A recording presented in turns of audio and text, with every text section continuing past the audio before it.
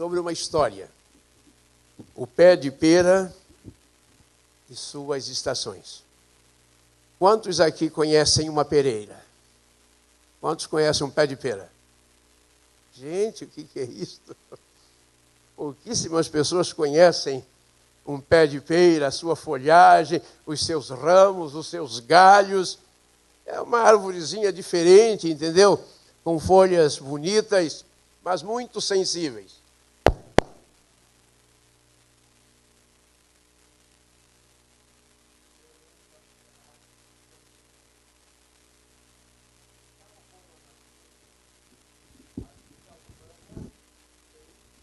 Suas estações.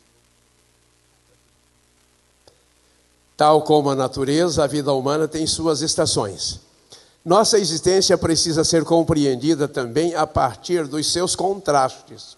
Perdas e danos, frio e calor, escuridão e brilho, fazem parte das múltiplas facetas da vida que se renova, que se refaz e que triunfa vitoriosa, ainda que de tempos em tempos conheça a dor, as derrotas e o sofrimento.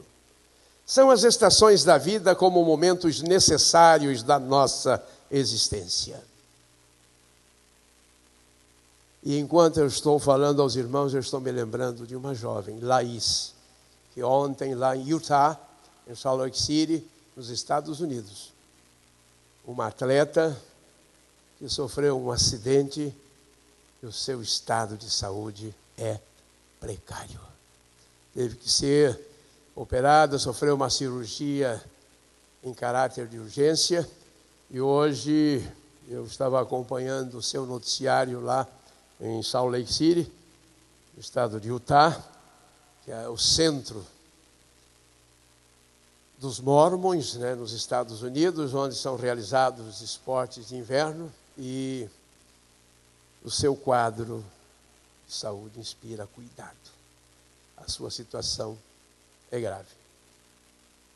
O que pensar do homem que desafiou as pistas de Fórmula 1, correndo com motos e outros esportes radicais? Uma simples queda, num lugar que ele conhecia profundamente, e este homem que fez 44 anos, está já há um mês vivendo vegetativamente. Quem é este homem? Como? Schumacher. Como explicar? Não há como explicar. Temos que entender que, como disse Jó, se Ele nos dá coisas boas e nós as recebemos, quando Ele nos der o que não é bom, temos que também fazer o quê? Receber. E aí é a questão da integridade que precisamos ter. Então a história que eu quero ler para os irmãos é o seguinte: um homem tinha 4 filhos. Por isso eu disse a experiência da pera e das suas estações. O pé que produz pera, né? E as estações. Este homem tinha 4 filhos. Ele queria que seus filhos aprendessem a não ter pressa quando fizessem seus julgamentos, suas avaliações. Por isso convidou cada um deles para fazer uma viagem e observar uma pereira plantada num lugar distante. O primeiro filho chegou lá no inverno, e o segundo na primavera, o terceiro no verão e o quarto, o caçula, no outono. Quando eles retornaram, o pai os reuniu e pediu que contassem o que tinham eles visto. O primeiro chegou lá no inverno. Disse que a árvore era feia e acrescentou: além de feia, ela é seca e toda retorcida. Por isso que eu perguntei se alguém conhece uma pereira. O segundo chegou lá na primavera. Disse que o seu irmão estava enganado, pois encontrou uma árvore cheia de botões e carregada de promessas. O terceiro chegou no verão. Disse que Ela, a pereira, estava coberta de flores que tinham um cheiro tão doce e eram tão bonitas que ele arriscaria dizer que eram a coisa mais graciosa que ele jamais tinha visto. O último filho chegou no outono. Ele disse que a árvore estava carregada e arqueada, cheia de frutos, vida e promessas. O pai então explicou a seus filhos que todos eles estavam certos, porque eles haviam visto apenas uma estação da vida da árvore. Ele disse que não se pode julgar uma árvore, uma vida ou uma pessoa por apenas uma das estações da sua existência. A essência do que se é, como o prazer, a alegria e o amor que vem da vida, só pode ser constatada no final de tudo, exatamente como no momento em que todas as estações do ano se completam. Se alguém desistir no inverno, perderá as promessas da primavera, a beleza do verão e a expectativa do outono. Que Deus nos dê sabedoria para fazer tudo muito bem feito durante o tempo da nossa existência, no acontecer das estações da nossa vida. E que aprendamos a ver a pessoa como um todo, vivendo as suas experiências. E não apenas uma estação de cada vez. E daí a expressão de sabedoria de Eclesiastes. Tudo quanto te vier às mãos para fazer, não importa qual a estação, faze-o com diligência, empregando o melhor das forças e das energias, porque o tempo de fazer alguma coisa bem feita é o tempo que Deus nos dá para estarmos na terra dos viventes.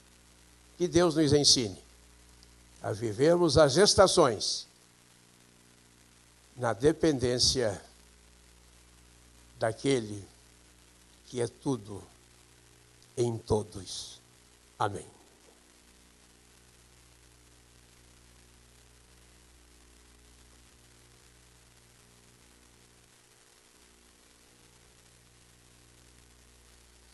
Bem, meus irmãos, eu quero encerrar com o grupo de louvor.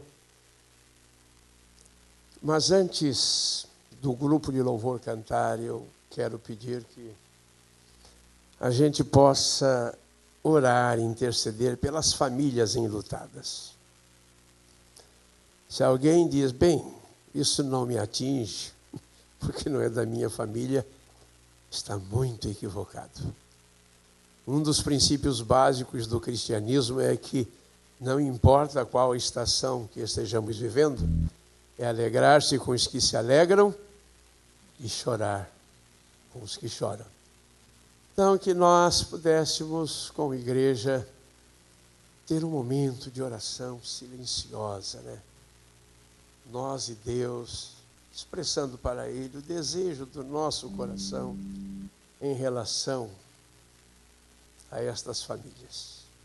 Hoje passei lá próximo, tudo muito confuso, manifestações por parte de comunidades próximas, né?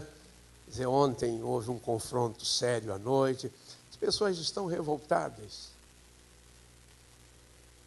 E no livro em que eu acabei de ler, há uma pergunta. O fato de você conhecer qual é a causa, qual é a origem da dor, resolve o problema do sofrimento? Eu creio que na nossa mente está aquele quadro daquela senhora sendo arremessada naquele córrego. E eu conheço aquilo ali, próximo da comunidade do Rato Molhado, e eu comecei a fazer algumas ideias. Será que quando essa pessoa foi arremessada, ela caiu direto ou ela bateu numa daquelas vigas do canal?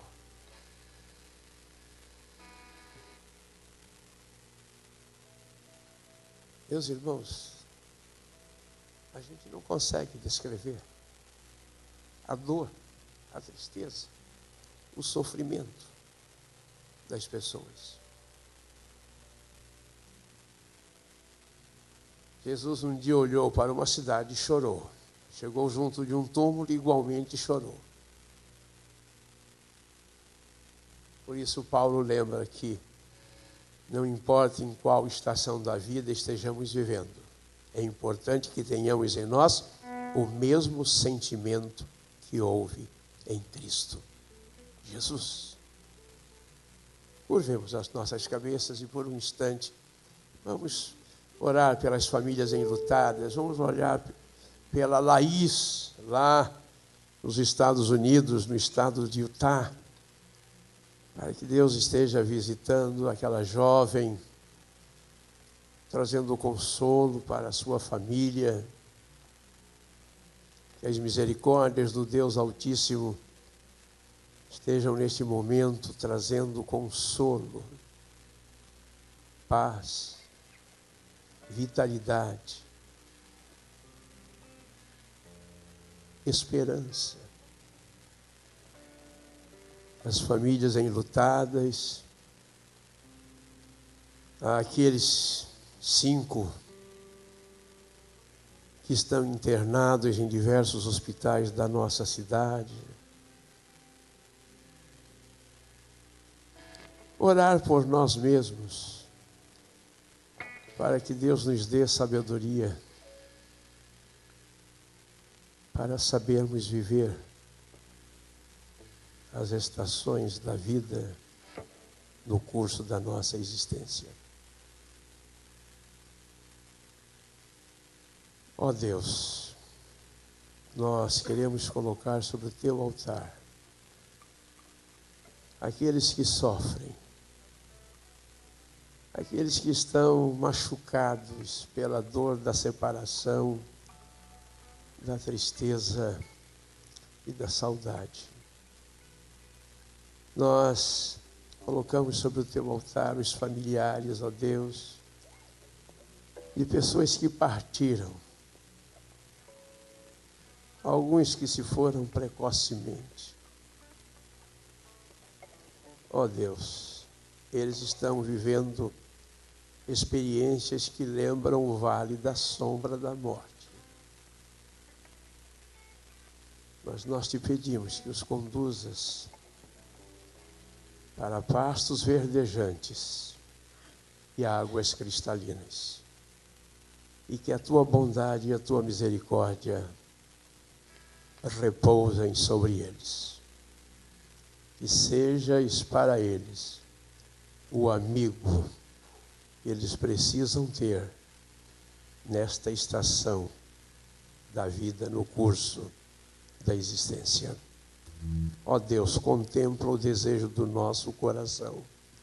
Oramos em nome de Jesus. Amém.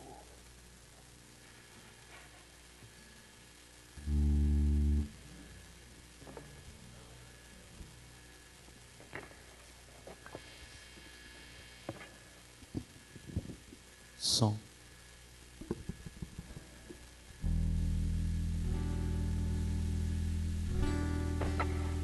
Todo poder pertence a ti, todo poder pertence a ti. Todo poder pertence a ti, todo poder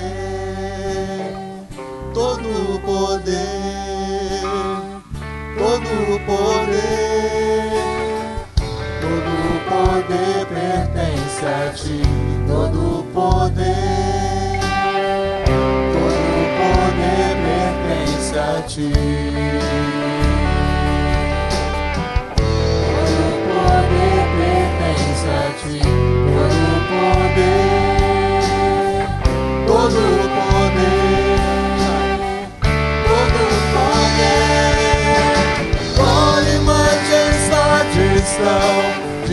diante de ti. Glória e majestade estão diante de ti. Glória e majestade estão diante de ti, Jesus.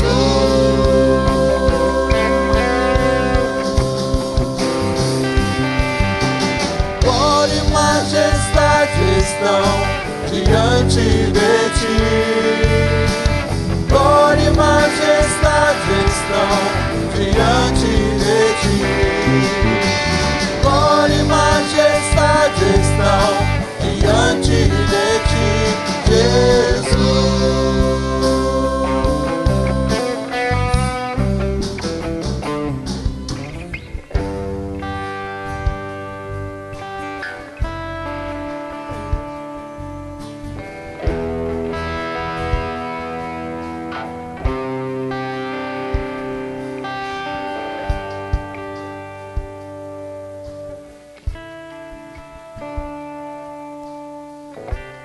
Vamos formar um grande círculo, né, dando as mãos, fortalecendo os elos da fraternidade cristã.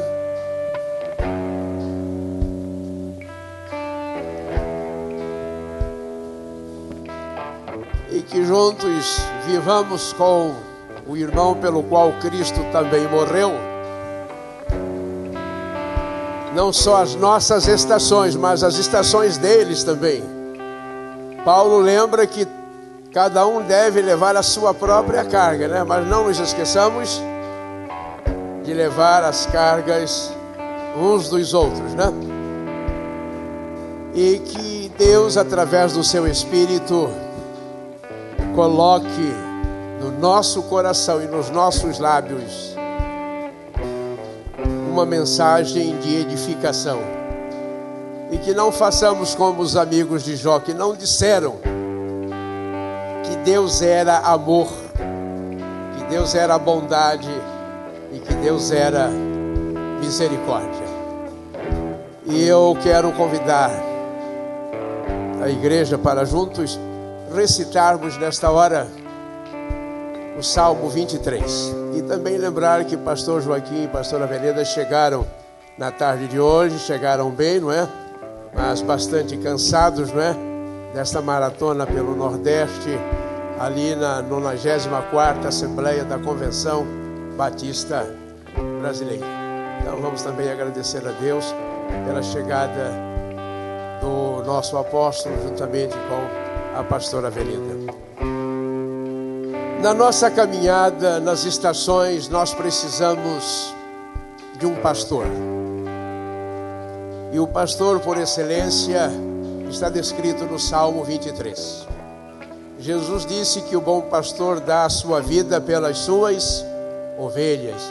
E mais, ele veio para nos dar vida, e vida de qualidade, vida de excelência, para vivermos todas as estações na dependência direta da sua graça, da sua bondade e da sua misericórdia. Então o salmista nos diz o seguinte, todos: o Senhor é meu pastor, deitar-me fazem verdes pastos, guia-me mansamente às águas tranquilas, refrigera a minha alma, guia-me pelas veredas da justiça, por amor do seu nome. Ainda que eu andasse pelo vale da sombra da morte, não temeria mal algum, porque tu estás comigo. A tua vara e o teu cajado me consolam.